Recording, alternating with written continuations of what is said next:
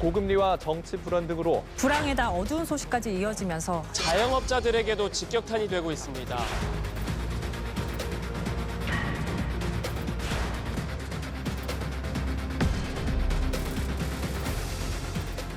민생회복 소비 쿠폰, 상생 소비 캐시백, 8대 분야 소비 바우처, 지역 화폐 할인 지원 등 소비 진작 4대 패키지를 제안합니다. 대대적인 신용카드 캐시백을 정부와 지금 협의 중에 있습니다. 폐업을 하시는 경우에 그 직업교육 비용과 재창업 비용 지원, 그다음에 중소기업 취업 시 고용보조금 지급 등을 강화해 나가도록 하겠습니다.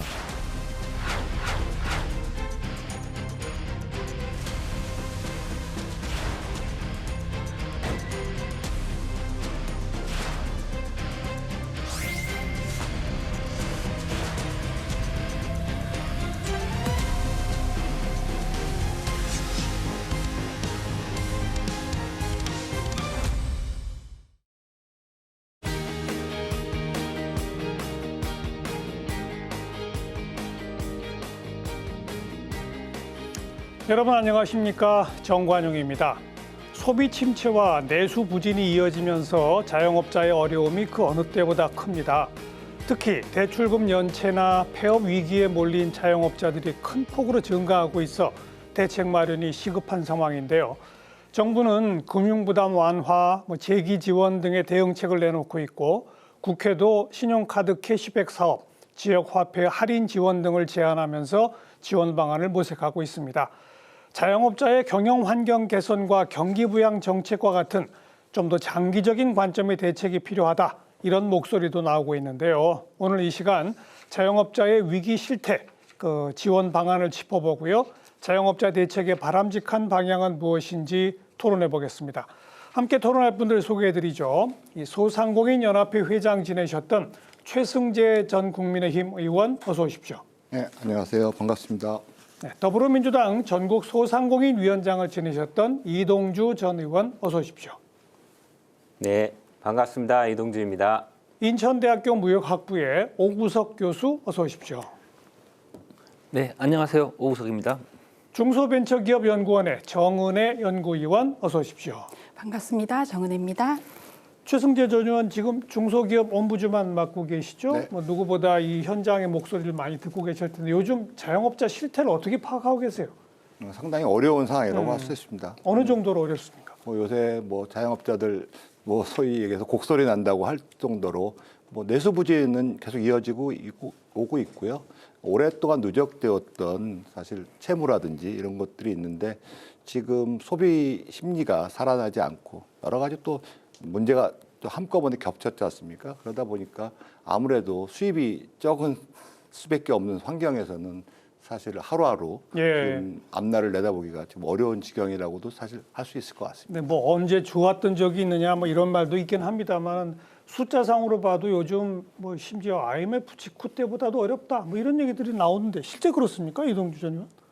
그러니까 지금의 위기가 사실은 많은 부분에서 중첩이 됐고 누적이 됐다라고 좀 표현할 수 있을 것 같아요.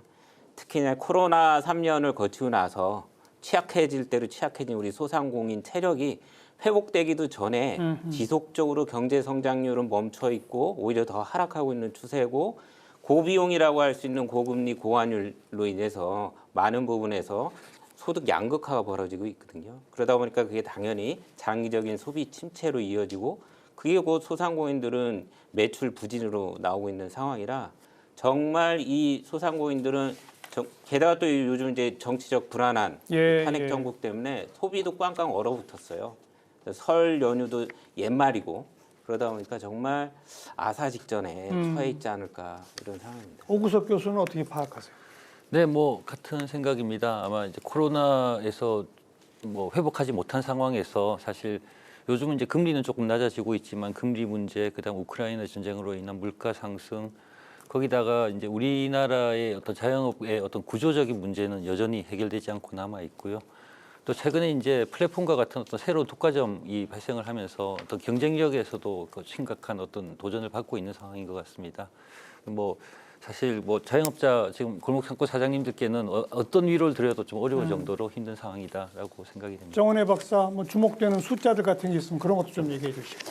예, 지금 사실 그 폐업률이요. 과거에는 저희가 이제 폐업률 통계들이 폐업률이 높다고 했지만 사실 자영업으로 진입하는 자영업의 창업자 숫자도 많았는데 이제 2023년 최근 통계에 의하면 이제 거의 폐업률이 창업률보다 높다라는 그런 수치들이 조금씩 나오고 있습니다. 네.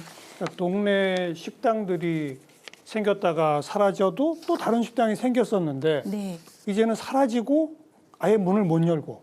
그러니까 예, 나가시는 분이 이제는 들어오시는 분보다 더 많다고 보시면 될 것 같습니다. 자영업자 문제는 여러 가지 복합적인 구조적인 문제가 있습니다만 예. 사실 또 직접적으로 소비 지수가 상당히 관계가 있습니다. 사실 구매하는 사람들이 있어야 되지 않습니까?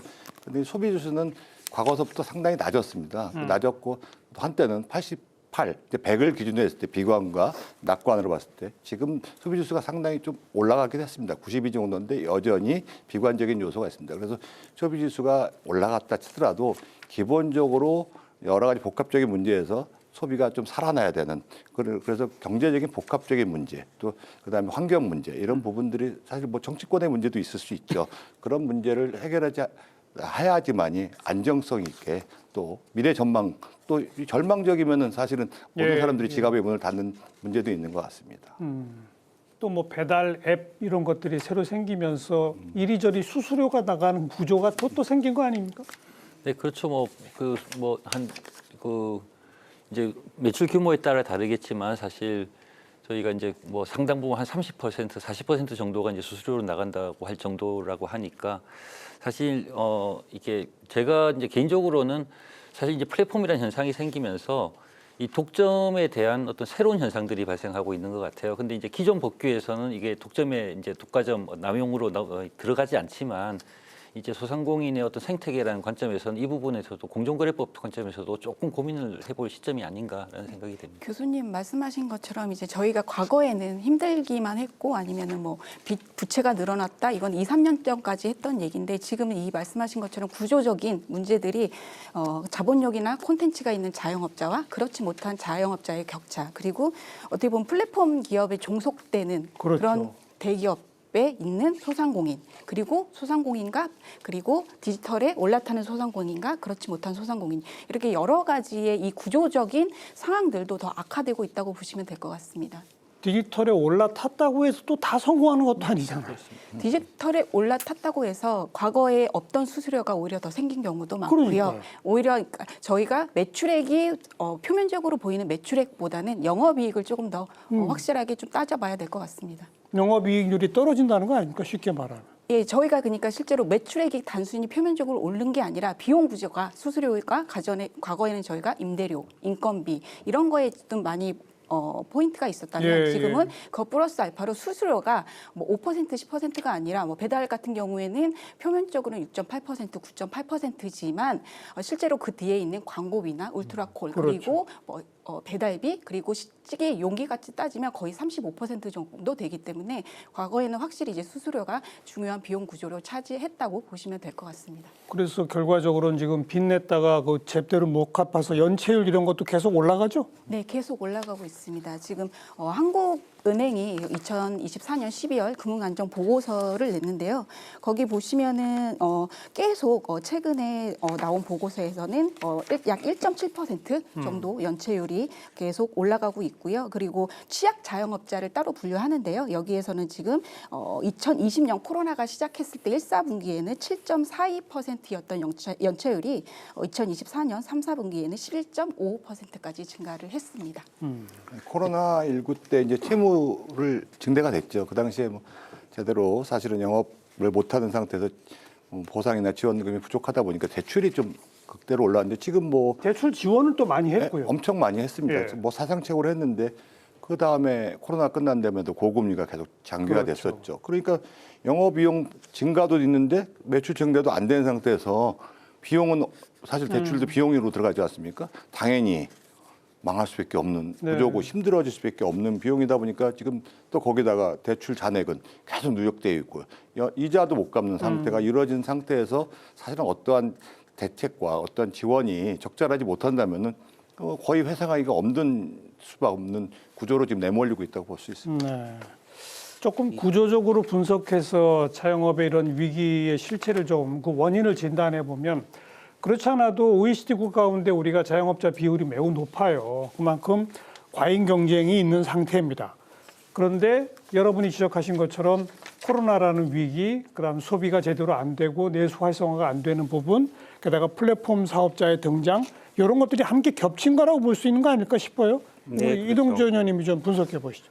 여러 가지 지금의 경기 침체는 뭐 대내적인 상황도 있고 거기에 고스란히 노출돼서 이제 소상공인들, 자영업자들 매출 하락과 관련돼서는 여러 가지 것들을 좀 봐야 되는데 소상공인들의 경기 상황이 이렇게 어려운 거는 하나는 매출은 계속 안 나오는데 비용은 높아지고 있다. 그러니까. 가장 쉽게 표현하자면 요거거든요. 예. 근데 그 비용 상승과 관련돼서는 여러 가지 요인들이 있죠. 고금리로 인해서 대출이 누적된 거에 대한 압박도 있고요. 그다음에 영업 비용들이 많이 필요하죠. 거기는 뭐 임대료도 있고 인건비도 있고 그다음에 소위 얘기해서 이런 플랫폼이 이제는 선택이 아닌 필수이다 보니까 매출의 30%까지 나가는 이 수수료 되게 부담스럽죠. 이런 상황에서는요. 근데 문제는 이런 변화, 이것도 어차피 보면 이 유통 생태계의 변화인데 플랫폼이 들어온 것도요. 근데 문제는 우리가 항상 요게 갑자기 이제 예를 들면 코로나 이후에 어떤 이제 언택트라고 하는 우리 이 산업 구조가 생기면서 비대면 경제 쪽에 하는 형태인데 이런 변화에 취약한 게 사실 경제적 약자들일 수밖에 없습니다. 그러니까 소상공인들이 사실 이런 기술들의 사실 이런 기술을 갖고 있는 업체들하고 가격 협상력을 할 수 있는 구조도 사실은 제도적으로 마련이 돼야 되는데 그런 것들이 국회에서 사실 잘 이루어지지 않고 있고 이 시장을 독점하고 있는 예전에 대기업 유통업체들이 이런 형태랑 비슷하게 확장하고 있는 이 플랫폼 경제에서 소상공인들이 정말 공정하게 거래 관계를 맺고 수수료를 협상할 수 있는 이런 역할들을 사실 정부가 정치권이 해줘야 되는데 이런 부분을 못했기 때문에 사실 그 비용이라는 측면에서 공정한 생태계를 만들어주지 못했다. 이런 게 하나 필요한 것 같은데 예컨대 이런 식의 어떤 이제 소상공인들의 경제적 구조적인 어려움을 사실은 정부나 정치권이 놓치고 가는 것들이 많다. 금융 부분에 있어서도 그런 부분을 적절히 조절을 해줘야 된다라고 생각하고. 또 다른 분. 그 이제 우리가 자영업자 비중이 굉장히 높지 않습니까? 이제 OECD 통계를 따르면은 한 뭐 전체 OECD 국가 중에서 8위 정도 되고 이제 뭐 우리 위에 있는 국가들을 보면 대부분 이제 관광 중심의 국가들이고요. 근데 이제 제가 좀 약간 그 숫자에 대해서는 조금 너무 이렇게 과민하게 반응을 안 했으면 좋겠다라고 생각하는 게 이제 우리나라의 어떤 특이한 어떤 외식 문화라든지 이런 걸 반영하고 있는 부분일 수도 있습니다. 다만 이게 근대 사회가 성장해 나가면서 자영업 부분이 점점점 이제 회사 부분으로 흡수돼 나가고 그냥 줄어드는 게 이제 정상적인 경로인데 그렇죠. 우리나라에서 아마 이제 자영업 부분이 문제가 되는 것은 이런 어떤 숫자의 움직임보다는 특히 이제 IMF가 계기였던 것 같습니다. 그 이전까지는 그래도 이제 동네에서 사장님 소득이 높은 어떤 직종이었다라고 한다라면 그 이후에 이제 한계 자영업자들이 이제 많이 그 양산이 되었다라는 게 추세를 보이고 있는 것이고요. 최근에 이제 코로나 이후에 이 문제가 좀 심각해지고 있는 것 같습니다. 제가 뭐 자료를 찾아보니까 그 2018년 코로나 이전에 이제 그 개인 사업자의 평균 소득이 2,136만 원이었다고 하는데 2022년에 1,938만 원, 2023년에 이제 1,859만 원. 자영업자라는 어떤 분포는 사실 굉장히 그 고소득에서부터 소득이 없고 거의 뭐 부채만 지고 있는 분까지 쭉 포함되어 있기 때문에 굉장히 해석이 어려운데 그럼에도 불구하고 이게 평균이 계속 감소하고 있다라는 것이 이제 지금 자영업자들의 어려움을 반영하고 있는 게 아닌가라고 생각을 합니다. 교수님 말에 이제 공감은 하는데요. 이제 자연스러운 현상으로 보기는 봐야 된다고 저는 생각을 합니다. 왜냐하면 저희가 이제 60대 이후로는 대기업이 있지는 않고 성장을 시작하는 그런 나라였기 때문에 당연히 중소규모의 비중이 더 많을 수밖에 없었고 그게 조금씩 나라 경제가 성장을 하면서 조금씩 줄어드는 게 많은 선진국들이 그래 왔기 때문에 그거는 자연스러운 현상이지만 그럼에도 불구하고 저희의 우리나라의 과밀 창업에 대한 문제들은 제가 OECD 국가들이랑 비교했을 때 저희가 조금 아직은 많고 그렇기 때문에 미니멈으로 보장되는 서비스 인구가 없기 때문에 이렇게 다산다사의 구조를 보이고 있다고 생각을 하고요. 그렇게 하면 결국은 중소기업들이 어느 정도 중간에 탄탄한 성장 사다리를 만들어줘야 맞아요. 되는데 우리나라는 그렇지 못한 것들이 있고 지금 앞으로도 조금 더 그렇지 못한 양극화로 가고 있기 때문에 이 부분에 대해서 저희가 좀 구조적으로 좀 심도 있게 고민을 해야 된다고 생각을 합니다. 첨언을 드리면 사실 대한민국이라는 나라가 이렇게 큰 나라가 아니지 않습니까? 좁은 땅덩어리에서 많은 인구가 있었고요. 또 많은 뭐 베이비부모 세대가 나왔는데 사실 많은 일자리가 없었고 당연히 자영업자들이 많아질 수밖에 없는 구조가 있었습니다. 특히 생활 서비스 업종에 많아질 수밖에 없고 거기가 그나마 할 수 있는 거니까. 예. 그런데 이런 생활 서비스 과밀화가 될 수밖에 없는 사회적 구조는 사실 저희가 외면한 채 계속적으로 부분적으로 지원만 했었고 또 거기서 여러 가지 플랫폼이라는 이런 성장하는 기반에서 사실 계속 비용이 증가될 수밖에 없다. 구조적으로 계속 사실 많은 사람들이 폐업할 수밖에 없는 상황이었는데도 불구하고 지금까지 근원적인 문제는 방치시켜 놓으면서 사회 현상이 일어날 때마다 일시적으로 지원을 하고 일시적으로 관심을 나타내는 이런 문제가 사실 지금에 와서 많이 누적된 결과라고 볼 수 있습니다. 지금 표현하신 일시적으로 그냥 지원해 주는 것이 가장 상징해 보는 게 바로 코로나 때 뭐 손실보상이라고 하는 표현을 썼지만 사실 뭐 주요 유럽이나 미국이나 일본 같은 선진국은 실질적으로 매출 감소 비중만큼의 돈을 줬잖아요. 네. 근데 우리는 돈을 준 게 아니라 빌려줬잖아요. 네, 맞죠. 그게 그냥 일시적으로 그냥 일단 목숨만 부지하고 있어라라고 하는 금융지원 위주의 지원 이게 문제 아닙니까? 네. 그렇죠. 그게 제가 보기에는 지금의 어떤 위기를 중첩시킨 데 가장 핵심적인 문제라고 보고요.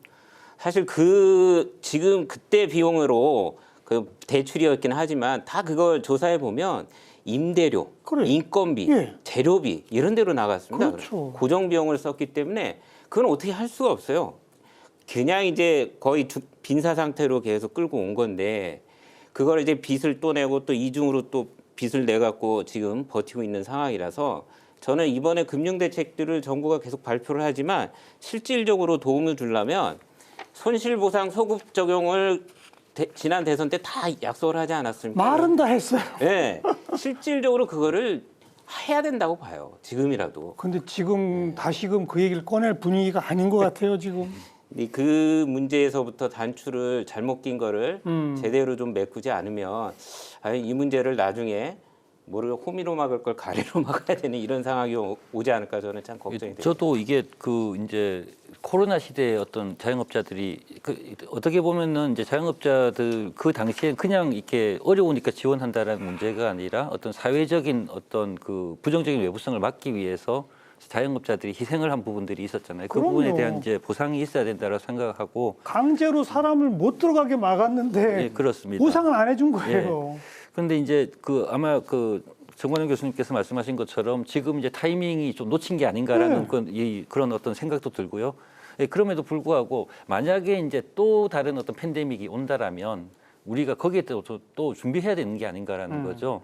그때는 사실 처음 미중유의 상황을 닥치다 보니까 이거 어떻게 해야 되는지도 모르고 일단 이제 지원하고 보자 뭐 어떤 방식으로든지 뭐 이런 식으로 접근을 했다라면 사실 우리 이제 한 번의 경험을 했기 때문에 이후에 실질적으로 이 자영업자들이 어떤 계층에 대해서 어떤 타겟을 가지고 이제 지원을 해야 될 것인가 그게 저는 지원이란 표현이 아니라 보상이란 말이 맞다라고 보상이죠. 생각합니다. 손실 보상이죠. 예, 그 방법에도 그 부분에 대해서 지금부터 이제 우리가 같이 고민해야 되는 부분이 아닌가라는 생각을 합니다. 이번에도 나오는 정책을 보면은 이제 주요 정책이 융자 아니면 보증제도거든요. 예, 대출 기간 연장 간접 지원이라고 할 수 있습니다. 근데 이제 한정된 뭐 또 재원이잖아요. 사실 뭐 계속 재원을 계속 할 수 없잖아요. 또 그러다 보면 또 세금에 사실 지원을 한다 보면 한쪽에서 이거 세금이 수반된다 그러면 사실 또 찬성하지 못할 사람들도 많을 수밖에 없어서 그래서 이 소상공인들의 악의적 행태를 예방하기 위한 건 알겠는데 이제 신뢰하고 근원적인 처방을 하는 게 중요하다.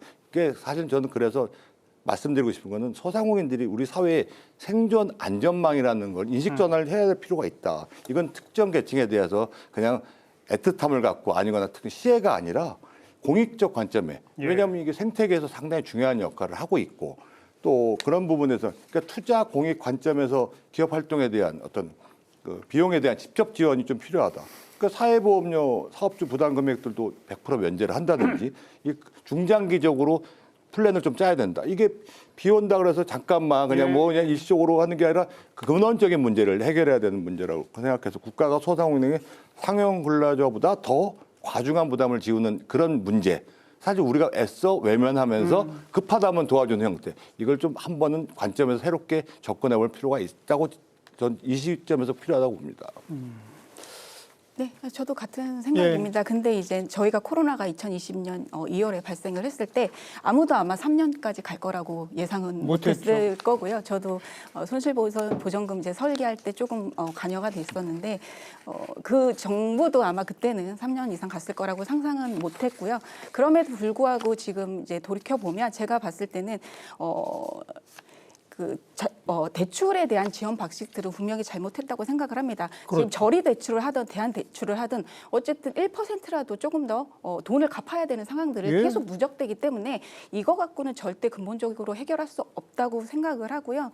그렇기 때문에 이제는 이것들을 어떻게 풀 것인가에 대한 근본적인 좀 생각의 전환이 좀 필요할 때라고 생각을 합니다. 뭐 제가 조금 아까 아무튼 코로나 그 당시에 우리나라는 진짜 선진국이 아니다.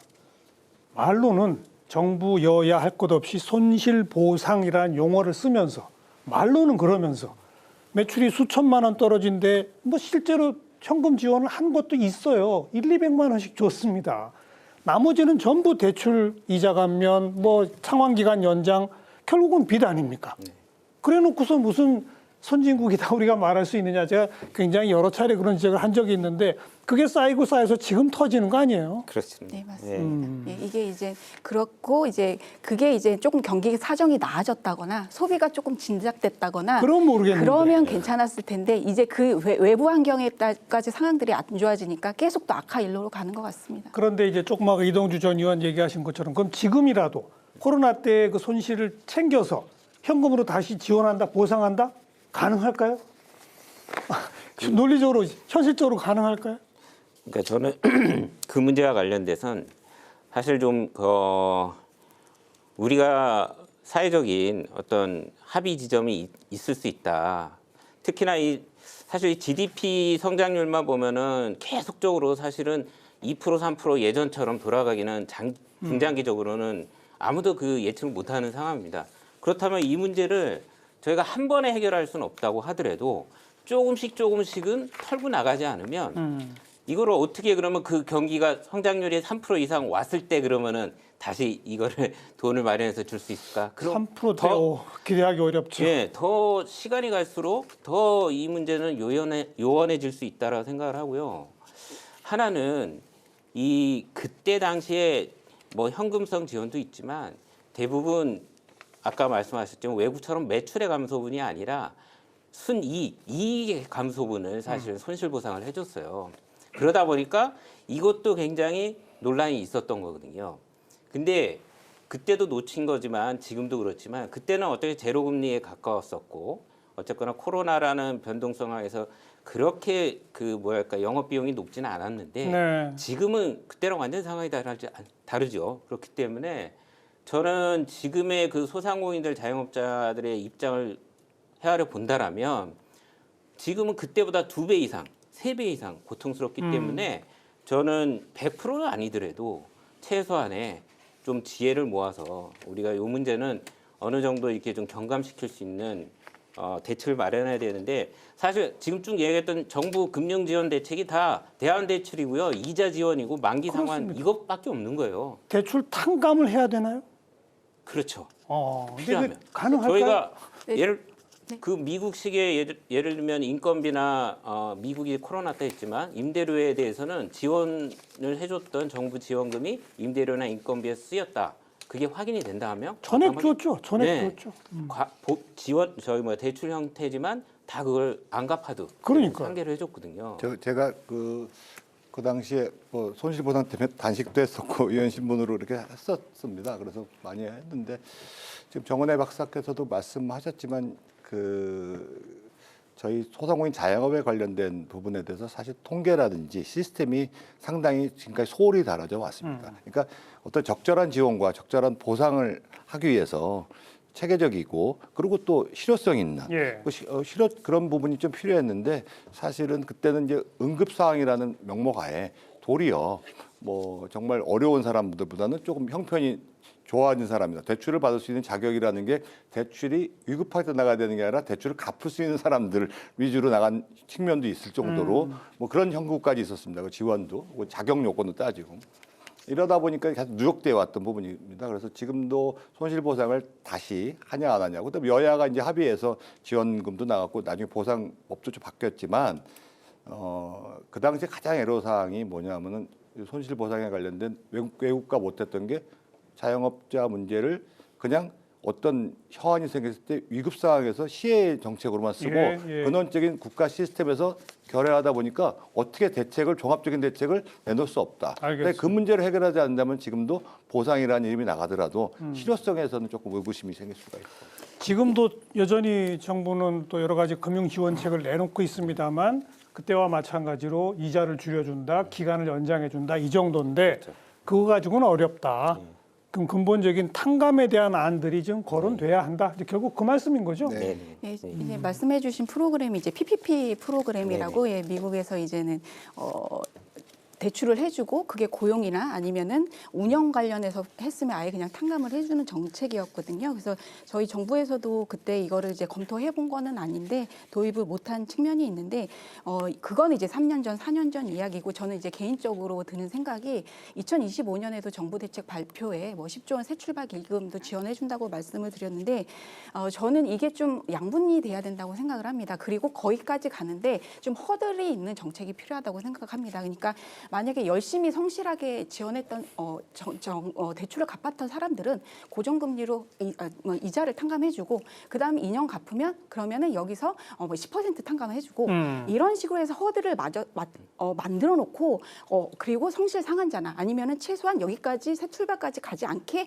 열심히 노력할 동력들을 여기서 어느 정도 허들을 만들어서 필터링을 하고 그 다음에 새 출발 기금으로 갈 수 있게 그렇게 조금은 최소한이라도 줄일 수 있는 허들의 단계적 방식이 저는 그래도 현재는 100% 해결을 할 수 없지만 어느 정도는 완화할 수 있는 방법이라고 개인적으로 생각을 하고 있습니다. 지금 일괄 탕감이 아니라 그런 세부적인 방안을 만들 수 있다. 그러니까 쉽게 연착륙시킬 수 있는 방법들이 다양하게 강구돼야 되는데 말이 나온 김에 새 출발 기금도 사실은 이게 이제 지금은 좀 많이 지원 대상이 요건이 좀 완화됐다고 하는데 1금융권 위주로 많이 됐었어요. 네, 애초에 새 출발 기금 출발을 할 때. 그럼 우량한 사람들만 되죠. 그러니까요. 사실 비금융권에서 빌린 돈이 굉장히 많거든요. 200조, 뭐 300조씩 되는데 사실 그분들은 새 출발 기금을 이용하지도 못하죠. 예, 그래서 이런 부분들이 오히려 좀 더 세밀하게 바라보고 알겠습니다. 정책에 반영을 해야 된다고 봅니다. 그 새 출발 기금도 이제 아까 말씀하신 맥락에서 보면은 지금은 이제 크게 이제 어떤 더 뾰족한 방법은 없을 것 같은데 이제 처음 디자인될 때 이 새 출발 기금이 이제 경영이 어려우니까 지원해 준다라는 느낌으로 지원이 됐다라는 것도 저는 사실 좀 문제라고 생각을 합니다. 아까 이제 정 교수님 말씀하셨던 것이나 여기 이제 토론자들 다 말씀하셨던 부분이 사실 이 코로나 이후에 이제 이 부분들이 희생했던 부분에 대해서 보상을 해준다라는 관점에서 접근을 했었으면 이게 사회가 이분들한테 혜택을 주는 게 아니라 적절한 보상을 해주고 그 다음에 그분들이 그래야지 같은 상황이 왔을 때 또 이 사회에 협조를 해서 또 같이 이제 그렇게 될 텐데 이제 그런 부분이 조금 아쉬운 점이 있었고요. 이제 그런 디자인에서 차후에 좀 제가 그때 당시에 우리가 통계가 부족하다 이런 부분들이 그런데 굉장히 결정적으로 작용을 하는 게 당시 이제 소상공인 지원에서 어떤 문제가 발생을 했었냐면 진짜 어려워서 폐업한 분들은 이제 그 지원이 시작되고 나서 지원을 못 받습니다. 왜냐하면 사업자 등록증이 없기 때문에. 폐업해버렸으니까. 그리고 이제 그나마 버티던 분들은 또 지원금을 받고 뭐 사실 당시에 이런 부분들이 비일비재했거든요.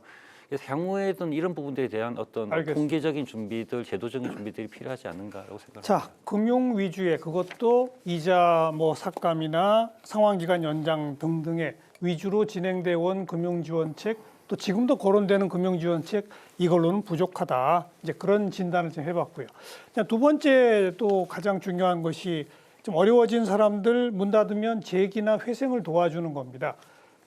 크게 보면 우리나라도 어차피 자영업자 수가 너무 많으니까 점진적으로 줄어들 수밖에 없으면 그 줄어든 자영업자들을 어디서 받아주느냐, 어떻게 되느냐, 재교육을 해서 기업이 받아주느냐, 아니면 다시 자영업을 창업할 때는 이번엔 성공할 수 있게 해주느냐 이거 아니겠습니까? 그런 지원책은 그동안 어떻게 평가하세요? 이 폐업률 아까도 잠깐 저희가 살펴봤지만 사실은 폐업률 이면에 사실 지금 이런 경기 침체가 오래되면서 폐업을 하고 싶어도 부채가 있고 못하고 있죠. 딸린 식솔들이 있다 보니까 못하는 사람들이 더 많습니다. 이 사람들은 정말 폐업을 하게 되면 당장 일시 상환해야 되니까 예, 정말 이 여러 가지 상황들 때문에 폐업을 못하는 빈사 상태에 처해 있는 사람들을 생각하면 정말 이게 그나마 이런 사람들을 위한 어떤 적정한 조치들이 필요한데 폐업을 저희가 어떤 연구기관에서 조사해 보니까 폐업 비용도 요즘은 1,500만 원, 2천만 원씩 된다고 해요 평균적으로. 근데 지금 정부 여당에서는 최근에 좀 올려서 400만 원까지 이렇게 지원한다고 하는데 너무 이게 차이가 큽니다. 폐업하는 데 드는 비용에 대해서 많이 부족한 부분도 있고 저도 솔직히 이제 지금 최근에 이 자영업자들하고 얘기를 나누다 보니까 우리 사회의 또 자영업자의 특성이 50대, 60대 층이 많은 거예요. 그렇죠. 물론 젊은 20대, 30대, 40대도 있지만 대부분의 50대, 60대들이 조기 명퇴를 하든 은퇴를 한 다음에 이 자영업 시장에 들어왔다가 코로나를 맞고 이런 경기 침체 속에서 폐업을 하게 되면 이분들이 다시 창업 교육을 받던가 뭘 하더라도 결국은 들어갈 수 있는 노동 시장이 없다라는 게 아예 없어요. 거의 바늘에 그걸 어떻게든 만들어야 되지 않을까요? 폐업 정책하고 이제 한계 자영업자의 맞춤 정책이 이제 재기 지원이라는 게 연결되고 있을 수밖에 없습니다. 그런데 사실은 이제 현실적으로 녹록하지 않은 점이 뭐냐면은 보통 우리가 생활 서비스 업종이 많습니다. 그리고 또 아까 이동주 의원께서도 말씀하셨지만 이게 우리 자영업자 평균 나이가 56.5세입니다. 네. 사실은 중장년층이 다시 재기 지원을 하기가 또 근로자로 사실은 다시 창업하는 것보다는 근로자로 기업이 들어가는 받아주면 좋죠. 게 최초받은 현실적인 어려움이 있습니다. 그래서 저는 이게 선행돼야 될 게 뭐냐면은 재기 지원을 하는데 폐업도 잘하지만 재취업 역량을 좀 만들 부분이 일자리를 좀 만들어야 되니까 교육훈련 기업 활동 프로그램을 좀 탄탄히 만들어야 되는데 사실은 이 부분도 상당히 그냥 방치시켜 놓은 거가 있습니다. 알아서 스스로 폐업하고 스스로 창업하고 이 시장을 그리고 그냥 현상만 갖고 응급 조치를 하는 건데 고용주와 취업자에 대한 인식 전환에 대한 부분이 우리가 상당히 부족했던 부분이 있죠. 그러면서도 외국인 근로자들은 또 어떻게든지 하나씩 뽑으려는 부분이 있습니다. 사실은 대화가 된다는 자체만으로도 얼마든지 특히 동일 업종에서 폐업을 한 사람이 동일 업종에 취업을 했을 때는 여러 가지 측면에서 재기도 상당히 긍정적인 효과가 있고 시너지가 있을 때도 불구하고 이런 부분에 대한 아주 최소한의 어떤 정부의 지원책이라든지 종합적인 대책에서 나온 적이 없거든요. 재취업 지원을 위한 그런 게 없어요, 시스템이? 그런 부분이 있긴 있는데 그거는 스스로 알아서 하는 거 되게 미미한 정도로 하고 사실은 그러면서 취업이 좀 부족하다. 사실은 청년들에 대한 부분인데 청년층도 유망 서비스 업종으로 진입을 좀 필요할 필요가 있는데 한쪽으로 좀 몰리는 거 있거든요. 그래서 이런 부분에 대해서 직접적인 지원, 관련 인센티브를 좀 강화시키고 홍보를 강화시킬 필요가 좀 있다고 봅니다. 최근에 그 희망 리턴 패키지 같은 경우가 이제 어떤 패키지? 희망 리턴 패키지 사업이 이제 그 부분인데 좀 긍정적인 변화가 예전에 이제 이 재취업 지원을 하면서 이게 그 중기부 담당에서 이제 취업 지원까지 쭉 했었는데 최근에 이제 부서 간 협조가 많이 이루어지고 있는 것 같아요. 그러다 보니까 요즘은 이제 쉽게 말하면은 중기부에서는 이분들에 대한 마인드셋까지 해주고 그 다음에 이제 재취업 교육 쪽에는 고용노동부가 전문성이 있으니까 이게 기존에 있던 실업자 훈련 쪽으로 가서 거기서 훈련을 받고 이렇게 하는데 저도 어제 이제 지역에서 어떤 비슷한 회의를 했습니다만은. 아직까지 한계가 많이 있는 것 같죠. 사실 아까 이제 자영업자 비중에서 말씀할 때도 나왔던 문제지만 궁극적으로 우리나라 끝단에는 이제 중고령을 위한 좋은 일자리 고용 시장이 충분하지 못하다라는 부분이 있는 거고요.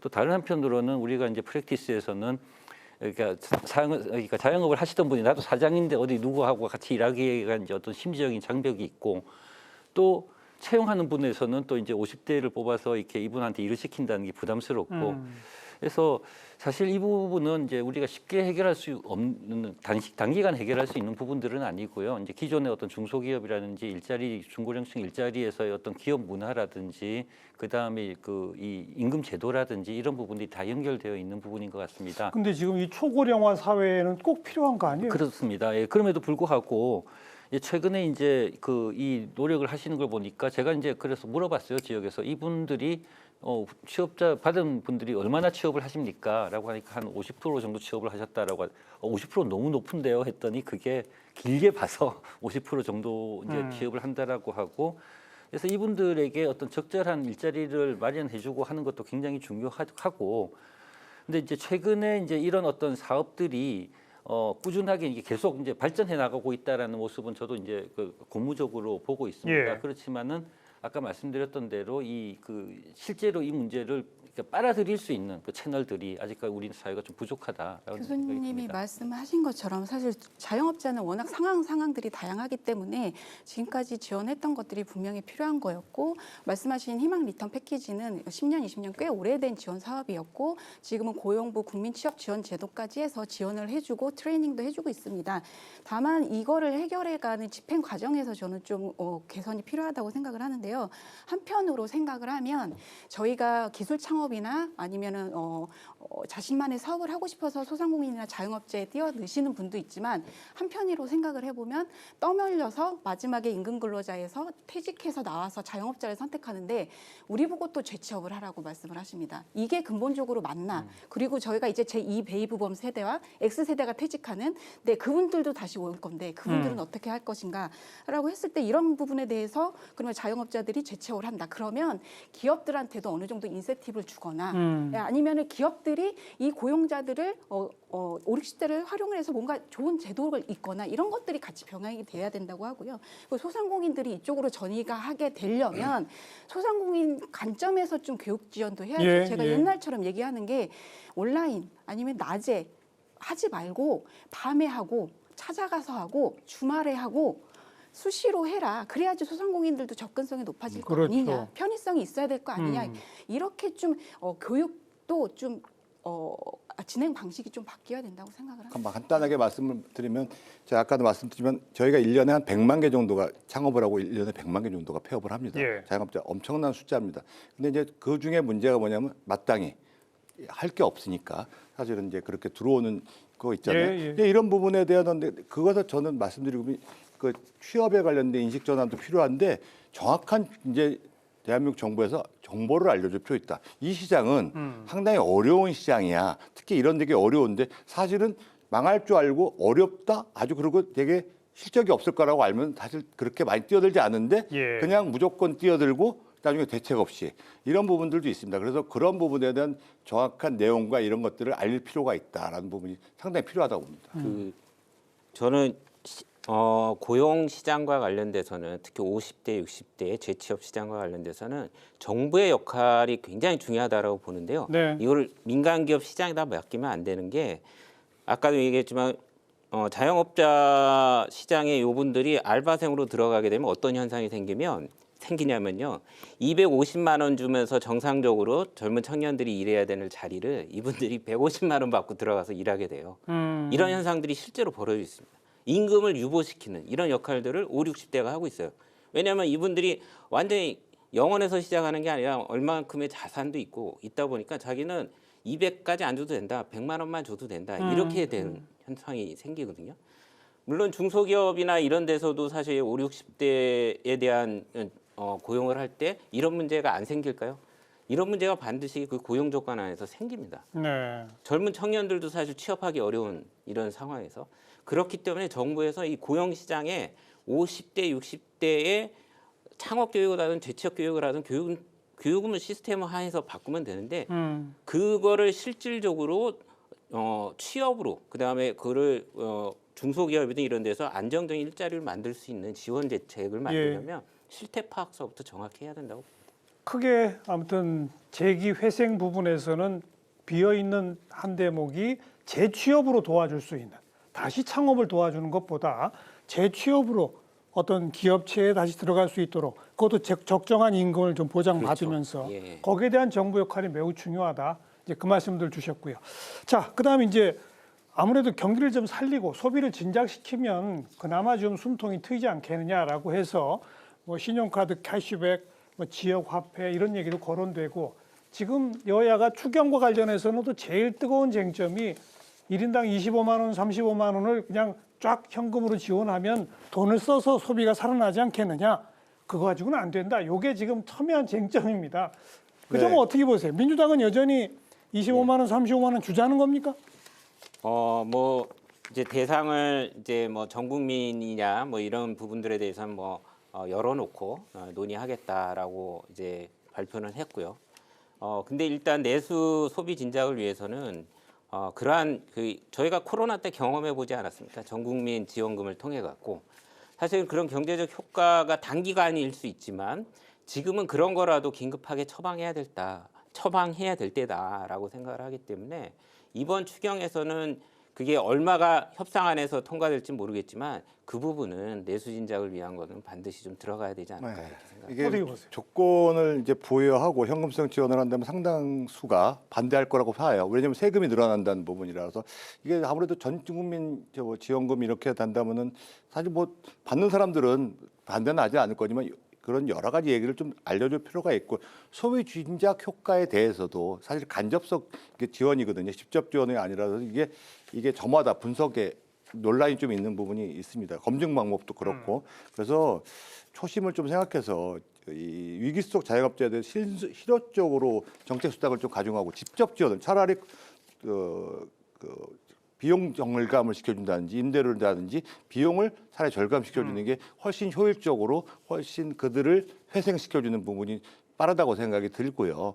아니 뭐 단선적으로 간접적으로 가는 것보다 본인들의 비용을 절감시켜주고 매출을 올릴 수 있는 방안을 만들고 생존을 시켜주는 그것이 훨씬 더 효과적이라고 생각합니다. 두 분은 지금 전국민 지원금의 효과 어떻게 보세요?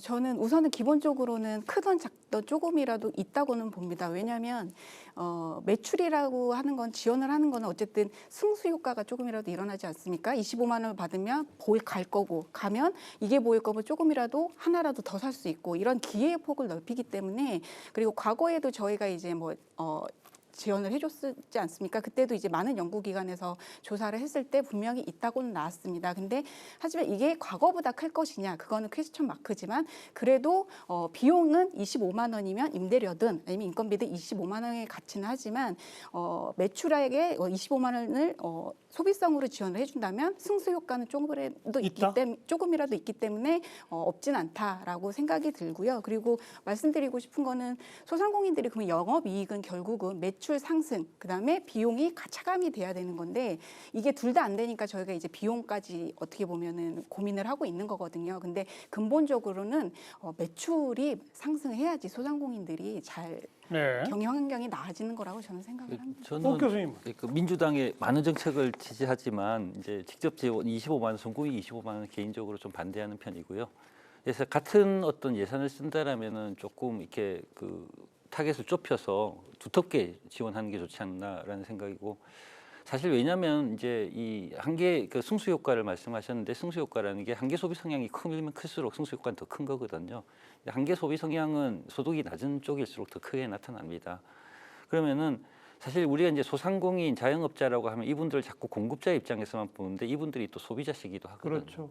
이분들이 또 거기 영업을 하면서 채용한 아르바이트생, 고용 종업원들 이분들이 또 다 이제 소비를 창출하는 또 주체가 됩니다. 그래서 지금 단계에서는 같은 예산을 조금 더 효율적으로 두텁게 지원하는 게 더 적절한 방식이 아닐까라고 생각합니다. 자, 바로 이 1인당 일정 액수의 현금 지원에 대해서는 여전히 지금 찬반이 팽팽한데 그런데 지금 이제 국민의힘 쪽에서는 정부나 여당에서는 이 민주당의 1인당 25만 원, 30만 원 주는 거에 대해서 이건 안 된다. 그럼 그 안 된다 대신에 그 10몇 조가 되는 그 돈을 그럼 우리는 자영업자들의 임대료를 직접 지원하겠다든지. 근데 또 사실 그런 안을 안 내고 있잖아요. 그건 어떻게 보세요? 뭐 민생 회복의 시급성에 대해서는 뭐 누구도 반박하지 않고 그러니까 지금도 여야가 같이 추경에 대해서는 어느 정도 합의를 본 거라고 생각합니다. 근데 오늘도 여야정 협의체 있었습니다만 별로 진척이 안 돼요. 뭐 이제 그 구체적인 방안에 대해서 지금 충돌이 있는 것 같고요. 뭐 추경에 대해서도 여당에서도 정부에서도 일정 동의하는 것 같고요. 기본 방향은 자영업자들의 입장에서 가장 시급한 부분 거라고 생각하고요. 그것이 이제 채무 부담, 경감이라는 부분을 직접적으로 지원을 해서 회생을 시켜주는 것이 맞다고 생각하고 예. 이게 체감할 수 있는 부분이라고 생각하거든요. 근데 이게 전 국민들한테 한다는 자체가 그 실효성도 과거에 해봤지만 간접 지원 형태로 들어가서 이게 올바르게 소비 형태가 됐는지, 과거에 소비 쿠폰 같은 경우도 부작용도 있었던 부분이 있어서 이걸 정말 시급하다면은 단기간에 빠른 시간 안에 직접 대상자한테 지원해 주는 것이 라는 부분에서 의견이 나오는 거라고 생각합니다. 저도 이제 그래서 이 부분에 대해서 이제 의견을 저한테 이제 자문을 구한 적이 있는데, 그러니까 실행 방식은 조금 달라야 된다라고 말씀을 드렸습니다. 그러니까 그냥 단순히 현금을 들어서 어디에 이제 소비를 했는지 모르는 게 아니라 소상공인한테 100% 전이가 될 수 있는 그런 뭐 예를 들어서 지역 화폐는 소상공인을 대상으로 그렇죠. 하니까 지역 화폐로 해서 소상공인한테 100% 가고 플러스 알파가 일어났게끔 하는 방법을 변경을 해야 된다라고 그렇게 말씀을 드릴 수 있을 것 같습니다. 요 얘기를 네. 이제 저도 공감을 합니다. 저도 이제 아까 말씀 중에 요 전국민 지원금을 어떤 형태로 주느냐가 현금성으로 줄 거냐 아니면 지역화폐를 선택해서 그렇죠. 줄 거냐, 이게 되게 중요합니다. 수단이 어떻게 말하면 그 정책의 결과를 보장할 수 있는 거기 때문에 저는 당연히 지역화폐로 가야 된다고 봅니다. 예, 그러면 아까 얘기했던 대로 지역 순환에 경제가 순환되는 효과, 승수 효과가 반드시 생긴다고 봅니다. 지역 화폐로 하고 뭐 일정 기한 내에 소비하도록 하고 네. 예, 뭐 대기업이나 뭐 유흥업소 같은 데서는 적용 안 되도록 하고 뭐 이렇게 하는 거 아니겠습니까? 그렇죠. 네. 자, 이것도 제가 보기에는 좀 섞을 수도 있을 것 같아요. 지금 여야정에서 논의가 진척이 안 되고 있는데 전 국민 뭐 25만 원이 어렵다면 소득 하위 한 30%한테 25만 원을 주고 나머지 70%의 25만 원에 해당되는 액수만큼은 자영업자 소상공인한테 직접 지원을 하겠다든지 뭐 이게 좀 섞을 수 없습니까? 어떻게 생각하세요? 그런 부분에 대해서 논의가 좀 있어야 될 거라고 보고요. 사실은 뭐 지금도 지역화폐 문제, 지역사랑 상품권 문제, 그다음에 이제 오늘의 상품권 문제에 대해서 의견들이 좀 있습니다. 뭐 지역사랑 상품권 같은 경우 지역화폐는 이제 국가 지역 활성화는 되는데 국가 전체적인 뭐 소비 진작 효과는 미흡하다라든지 사실은 이제 쟁점의 문제인데 제일 중요한 것은 지금 말씀하신 대로 어떻게 하면 직접적으로 효과를 발휘할 것인가에 대한 문제거든요. 사실은 근데 간접적으로 소비 진작한다는 부분이 좀 한 단계를 거치는 것 같고 또 거기에 따른 비용이 들어가는 것 같고 그 효과에 대해서는 서로 의견이 있으니 그래도 이견이 없는 부분부터 접근하는 부분 그런 지혜가 좀 필요한 시점이라고 생각합니다. 이 지역화폐에 대해서는 계속 이제 뭔가 이렇게 좀 왜곡된 부분들이 좀 많이 있는 것 같아요. 사실은 지역화폐는 정부가 그 몇 프로밖에 안 되는 발행과 캐시백으로 돌아오는 요거에 대한 인센티브 정도만 세금으로 내고 나머지는 다 국민들 소금에 호주머니에서 나오는 돈으로 충당하는 거거든요. 네. 그래서 사실은 이 지역화폐를 10조를 만약 총 규모 시장에서 이걸 발행을 해서 돈다고 하면 거기에 10%인 부가세 1조가 다시 또 국세로 들어오는 거예요. 그러니까 사실은 그 정도 되면은 사실 발행 비용이든 인센티브 비용이든 다시 다 충당이 되는 거거든요. 이미 지역화폐에 대한 거는 조세연구원뿐만 아니라 경기연구원이든 한국지방행정연구원이든 이런 유타의 많은 기관에서 다 승수 효과를 검증을 했기 때문에 저는 이제 정부 여당에서도 그만 이게 이재명표 지역화폐다 이런 논란보다는 아까 얘기했던 대로 어떤 형태를 섞어서라도 뭐 협의 과정에서 논의가 되겠지만 지역화폐에 대해서는 좀 공정하게 평가를 해줬으면 좋겠다. 지역사랑 상품권의 가맹점 관리에 대해서도 사실 논란이 좀 있어서 그런 부분이 좀 필요하다고 봅니다. 지역사랑 상품권 가맹점 과거에 이제 발행을 해보니까 특정한 장소에서만 계속 왜냐면 일단 소비자들이 생각할 때 돈을 주는 거니까 사실은 뭐 비용을 되니까 긴급하게 좀 써야 된다니까 사실 특정한 가서 몰려가서 그러니까 그 효과가 좀 분산되는 효과가 있고요. 정말 우리가 이게 지원에 이런 국가의 세금이 들어갈 때는 긴급하고 시급한 사람부터 나가는데 그것이 긴급하고 시급한 사람이 아니고 도리어 광범위하게 퍼지는 부분에 대해서 그 효과적인 극대화시키는 부분이 좀 약하다는 부분에 대해서 저는 말씀을 드립니다. 아까부터 간접 지원이라고 하는 그 말씀하신 거죠. 저는 이제 온누리 상품권이나 지역 화폐 다 양단의 장단점이 있기 때문에 좀 혼합하면 좋다고 생각을 하는 사람인데 이제 의원님 말씀하신 것처럼 조금 뭐 그런 부정적인 효과를 얘기를 하면 온누리 상품권도 어쨌든 전통시장 골목형 상점가라고 소상공인이 직접 뗀 곳에 상대적으로 더 한정돼 있는 그런 맹점은 있습니다. 그래서 그런 소상공인들한테 그래서 어떻게 보면은 온누리 상품권 같은 경우에는 지역 간 균형이 어느 정도는 있다고 볼 수 있고요. 그리고 지역 카페 같은 경우에는 대중소 간 어떻게 보면 밸런스가 어느 정도 맞출 수 있다고 보거든요. 그래서 그런 면에서 봤을 때 말씀하셨던 것처럼 지금 저소득층 같은 경우는 소비가 고소득층 같은 경우 플러스 알파로 돈이 있다 그래도 더 이상 생계나 이런 걸로 소비를 하진 않지 않습니까? 그런데 저소득층으로 갈수록 들어오는 소득이 들어올수록 바로 소비로 이어질 수 있겠죠. 그래서 말씀하신 것처럼 지역에서. 예, 어느 정도 섞을 수는 있다고는 생각을 하지만 근데 그게 과거보다 더 많아졌겠죠. 왜냐하면 저희가 이제 뭐 소상공인뿐 아니라 기업이나 소비자들도 이제 빚이 많아졌기 때문에 그런 부분에 대해서도 소비력이 약화됐고 그렇기 때문에 과거보다 조금 더 많이 소비를 할 수 있을 것 같습니다. 그래서 제가 아까 얘기한 게 소득 하위 한 30~40%한테 1인당 얼마씩당 주고 그럼 바로 소비로 연결되니까 나머지 한 50~60%에 해당되는 그 돈은 자영업자한테 직접 지원하고 이걸 섞으면 안 되겠느냐. 또 지금 정부 여당이 매우 중요하게 얘기하는 신용카드 캐시백의 효과는 어떻다고 보세요, 오 교수님? 사실 그 캐시백이나 뭐 이제 지역 카페나 사실 그 원칙적인 효과는 비슷하지 않을까 싶습니다. 근데 이제 캐시백하고 저도 약간 혼란스러운 게 이제 캐시백하고 신용카드 캐시백하고 지역 카페하고 이게 다 하겠다라고 하니까 이게 좀 이후에 제가 걱정되는 거는 이 비슷한 효과를 가 나올 수 있는 정책들을 이제 섞어서 활용하다 보면은 실제로 나중에 이제 이 정책이 효과가 있었는지 없었는지를 검증하기 좀 까다롭지 않을까라는 생각이 들고요.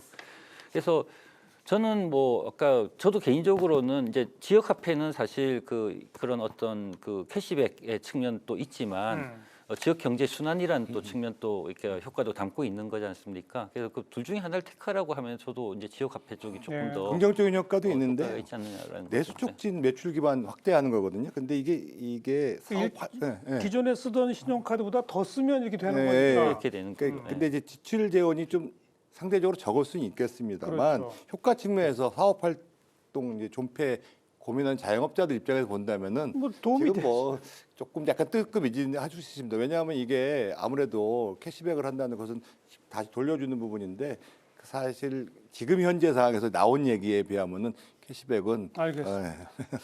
아무튼 시급히 지금 추경 논의는 불이 일단 붙기 시작했는데 아까 얘기한 여러 가지 방안을 좀 섞는 방식이 됐든 뭐든 여야정이 빨리 논의를 좀 진척시켜야 될 것 같습니다. 그건 맞습니다. 그렇죠. 자, 여기서 잠깐 오늘 주제에 대한 데이터의 흐름 어땠는지 살펴보고 마무리 토론 이어갑니다. 빅데이터 이슈 분석 김시원 아나운서가 정리해드립니다. 빅데이터 이슈 분석, 자영업자를 키워드로 빅데이터를 분석했습니다. 지난 1월 18일부터 2월 16일까지 한 달 동안 뉴스, 커뮤니티, SNS 등에서 집계한 총 정보량은 약 13,000건입니다. 뉴스 정보량의 추이를 살펴보면 1월 20일 정보량이 가장 많았습니다. 고금리, 고물가, 고환율에 내수 시장이 흔들리며 자영업자들이 위기로 내몰리고 있다는 우려를 전한 기사가 많이 나왔는데요. 외식 매출이 13주 연속 마이너스를 기록했다는 기사와 보증기관이 대신 빚을 갚아준 자영업자가 급증했다는 기사, 이재명 더불어민주당 대표가 시중 은행장들에게 소상공인 자영업자 지원을 요청했다는 기사 등이 나왔습니다. 이어서 자영업자 연관어를 살펴보면 소상공인, 정책, 정부 등을 볼 수 있습니다. 지난해 3분기 기준 빚을 갚지 못한 소상공인 자영업자는 14만 6천 명으로 전년 같은 기간 대비 40% 넘게 급증했습니다. 이들이 보유한 대출액도 30조 원에 육박했는데요. 빚을 감당하지 못해 폐업 위기에 내몰리고 있다는 분석도 나옵니다. 국회는 다양한 자영업자 지원 정책을 내놓고 있는데요. 국민의힘은 신용카드 캐시백과 폐업 지원을 강화하기로 했고, 더불어민주당은 민생회복 소비 쿠폰, 지역 카페 할인 지원 등 소비 진작 패키지를 제안했습니다. 정부는 민생경제 점검회의를 열고 폐업한 소상공인에게 취업 프로그램을 지원하는 등 지원 방안을 검토하겠다고 밝혔습니다. 한편 최상목 대통령 권한대행은 민생 회복을 위해 추경 필요성을 내세우면서도 여야 합의를 강조했습니다. 다음으로 자영업자의 감성 키워드를 분석하겠습니다. 부정감성어 위기를 볼 수 있습니다. 중소벤처기업부는 경영위기를 겪거나 폐업할 예정인 자영업자의 재기를 지원하는 희망 리턴 패키지 사업 예산을 증액했습니다. 폐업 절차 부담을 완화하기 위해 법률 자문 등을 제공하고 채무 조정을 위한 회생, 파산, 워크아웃의 패스트 트랙을 도입할 예정입니다. 지금까지 자영업자를 키워드로 알아본 빅데이터였습니다. 자, 우리가 지금까지 그동안 이 금융 위주 지원책이 얼마나 구멍이 많았었는지 또 문제를 찾고 덤덤 더 크게 만들어 왔는지 그 얘기를 좀 해봤고요. 그리고 이제 한계 상황에 몰린 사람들은 재취업할 수 있도록 도와주는 그런 정부 프로그램이 너무 부족하다 이런 지적해봤고요. 추경과 같이 긴급하게 내수 활성화를 위해서 어떤 방안을 써야 할지 논의해봤고 이런 것들 말고 정말 중장기적이고 구조적으로 우리가 고민해야 할 대목도 많지 않겠어요? 오 교수님 어떻게 생각하세요? 예, 뭐 드리고 싶은 말씀이 굉장히 많은데요. 딱 두 가지만 말씀을 드리면요. 이제 우리나라의 그 소상공인 또는 자영업자 정책이 최근에 이제 그 작년에 나왔던 대책까지 포함해서 자영업자 개인의 경쟁력에까지만 초점을 맞추고 있는 것 같습니다. 그래서 앞으로 초점이 조금 이제 상권의 경쟁력으로 옮겨갈. 상권? 예. 그래서 뭐 제가 뭐 여러 자리에서 말씀을 드리지만 이제 대기업에 대한 어떤 고민을 하는 저기 우리 이제 산업연구원이 있고 뭐 KDI가 있고 그 다음에 또 이제 중소기업에서 대해서 연구하고 계신 중소기업 연구원, 벤처연구원이 있고. 근데 소상공인이라는 이슈를 전담해서 이제 고민하는 싱크탱크가 일단 부족하다는 생각이 들고요. 그런 게 없나요? 지금 이제 일부를 저기서 하고 계시죠. 중소기업 그렇지만 이제 한 파트에서 하고 계시는 거고 그 전담 기관이 없다라고 봐야 되고 부서도 중소기업 벤처부가 있고 뭐 있지만 사실은 이제 소상공인에 대한 어떤 전적으로 전담하는 부서가 없고 지방 행정으로 내려와도 사실 소상공인 지원은 이제 순환보직의 하나로 이루어지지 그 재단을 갖고 있는 지방자치제는 거의 없습니다. 그리고 이게 이제 그러다 보니까 결국은 그러니까 장기적인 관점에서는 그 정부가 아무리 지원을 한다라고 하더라도 소상공인의 역량, 자체적인 역량이 증가를 해야 되는데 이런 부분들이 이제 도시재생 사업이라든지 이런 것과 결합될 수 있도록 그러네요. 어떤 정책의 고안이 필요하지 않을까라는 생각이 들고요. 다른 측면에서는 이제 사회 안전망 부분을 조금 말씀드리고 싶습니다. 이제 우리나라도 이제 소상공인 자영업자들에 대해서 그 고용보험에 대해서 지원을 하고 있는데 이제 프랑스 같은 경우는 최근에 이제 피고용자 분담금을 없애면서 사실 자영업자들도 이게 무료 가입이 가능하게 됐거든요. 근데 우리나라가 이제 자영업자 부분이 크다라는 점을 고려를 하면은 장기적으로 이게 우리가 뭐 이런 거 모든 고용 부분에까지 확대할 수는 없겠지만 이제 자영업자 부분에 대해서는 이 분담금을 면제하는 부분들도 이제 그러니까 조금 고민을 할 때가 되지 않았나. 사실 굉장히 이게 휘발성이 큰 부분이기 때문에 최소한의 어떤 사회 안전망에 대해서 장기적으로 고민할 때가 되지 않았나라고 생각을 합니다. 정 박사님. 네, 저도 교수님이랑 이제 비슷한데요. 저는 크게 이제 세 가지를 말씀을 드리고 싶습니다.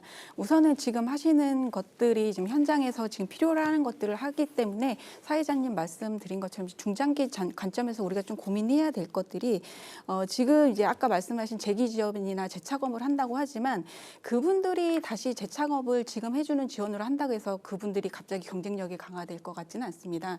경쟁력이 강화돼야 그쪽으로 유도를 하기 위해서는 그 방향성을 정부가 알려줘야 되거든요. 길 안내의 역할을 해줘야 됩니다. 그러니까 산업 부분 전문가, 아니면 소상공인 전문가, 아니면 기업 전문가, 아니면 경쟁력 전문가, 아니면 경제 전문가들이 모여서 앞으로의 우리의 구조가 미래 산업 구조, 미래 구조, 아니면은 경제 구조가 어떻게 될지를 미리 예측을 하고 조금 더 확률이 높은 가능성이 높은 곳으로 안내를 해줘야 되는데 이런 부분을 이제 많이 얘기를 하는데 이런 부분에 대한 고민은 당장 눈에 보이지 않으니까 많이 진행이 되지 않는 것 같아서 저는 각계의 전문가들이 모여서 앞으로의 미래 변화에 대해서 소기업이나 소상공인들이 어떤 역할로 할 수 있을지에 대한 안내서 같은 역할이 꼭 필요하다고 생각을 하고요.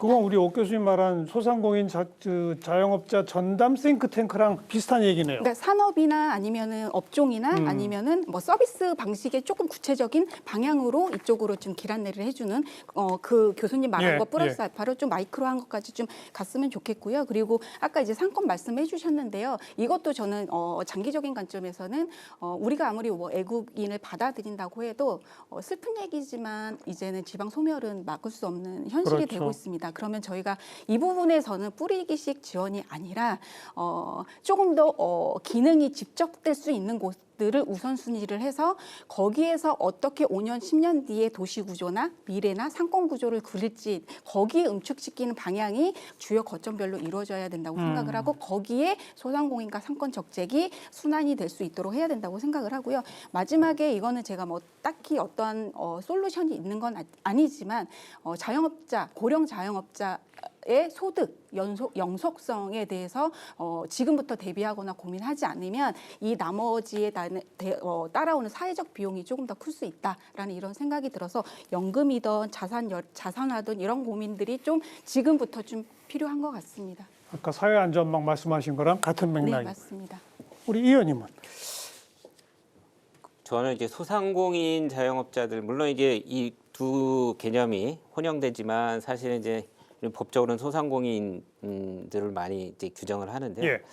근데 사회적으로 되게 이 살펴봐야 될 부분이 있습니다. 경제적으로 소상공인 자영업자들이 의미가 있기도 하지만 사회적으로 보면 우리 사회가 이 650만에서 700만이라고 하는 이 사람들이 사회 안전망 역할도 하고 있거든요.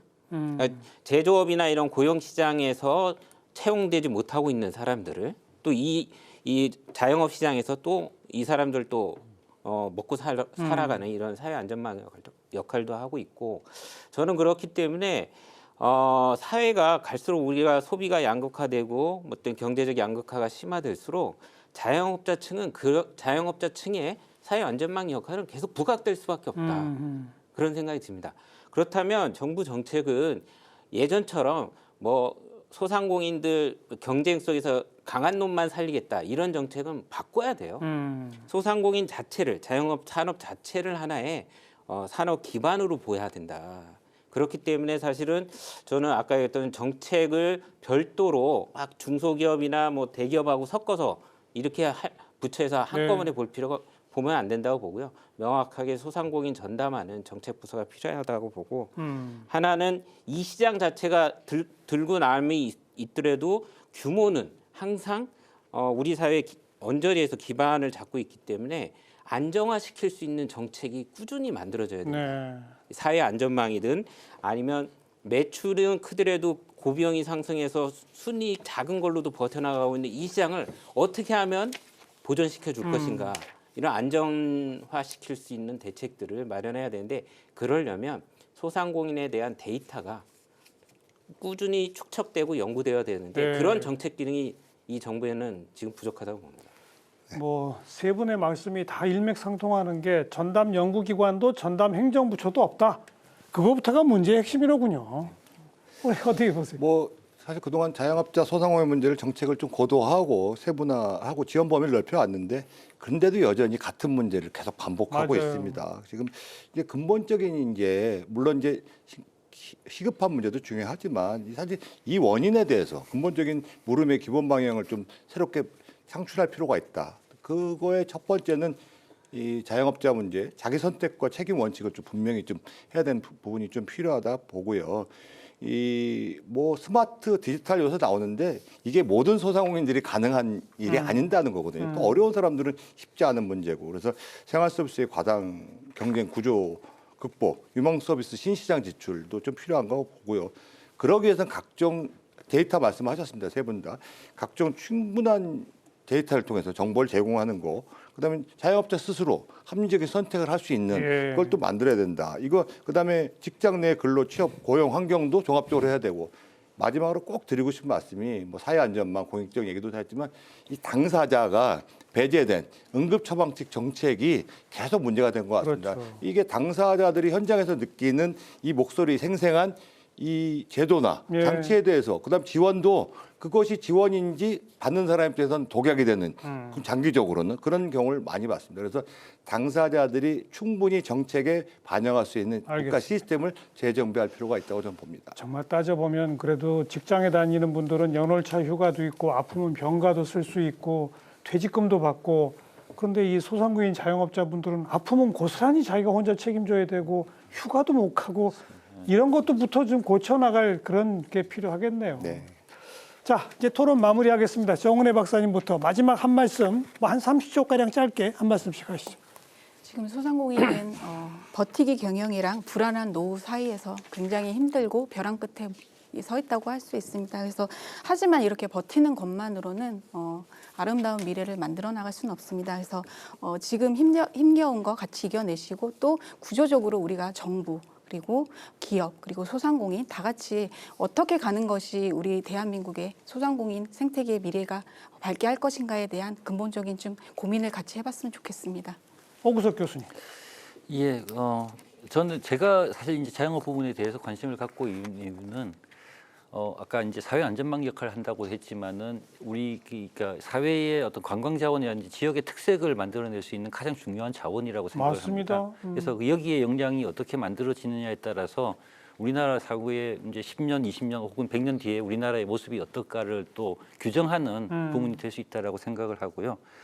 그렇기 때문에 이제 지금 나타나고 있는 새로운 현상들, 독점이라든지 어떤 상권의 소유권의 문제, 상권의 일군 사람들의 그 베네핏을 누가 가져갈 것인가라는 문제, 우리가 고민해야 될 부분이 산적해 있고요.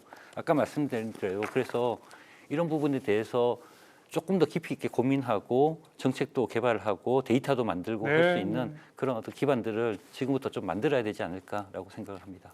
이동주 전 의원. 네, 지금 많은 소상공인 자영업자분들이 보릿고개라고 하고 있는데요. 이 어려운 고개를 정말 우리 정치권이 하루빨리 민생 추경을 해서 소비 진작을 위한 이런 소비 진작 쿠폰 발행 등 직접적인 그동안에 부담이 됐던 부분에 대한 지원이든 여러 가지 대책들을 빨리 협의해갖고 만드는 게 가장 중요하지 않을까 싶고요.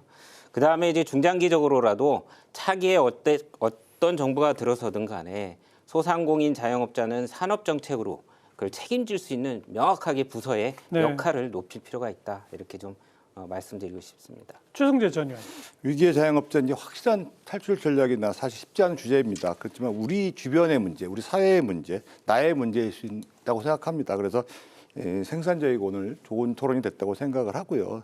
이 작금의 사항은 자영업자에 대해서 정부, 국회, 언론뿐만 아니라 우리 사회, 국민 모두가 인식 변화가 좀 선행돼야 된다고 보고요. 그리고 이제 새롭게 진지한 기초적인 논의가 이제 시점이 시작돼야지 사실 우리가 계속 반복된 이런 불행한 일을 좀 막을 수 있다고 생각을 합니다. 오늘 쭉 토론을 지켜보니까 그동안 항상 자영업자 얘기만 나오면 모두 걱정하는 척을 했어요. 그런데 진짜 걱정을 안 했네요. 650만, 700만 되는 그 많은 숫자의 분들을 너무 우리가 등한히 온 건 아닌가. 이제 진짜 고민을 새롭게 시작할 그런 필요가 있는 것 같습니다. 네 분 늦은 시간까지 수고하셨습니다. 고맙습니다. 네, 고맙습니다. 다음 시간 또 뵙죠. 안녕히 계십시오.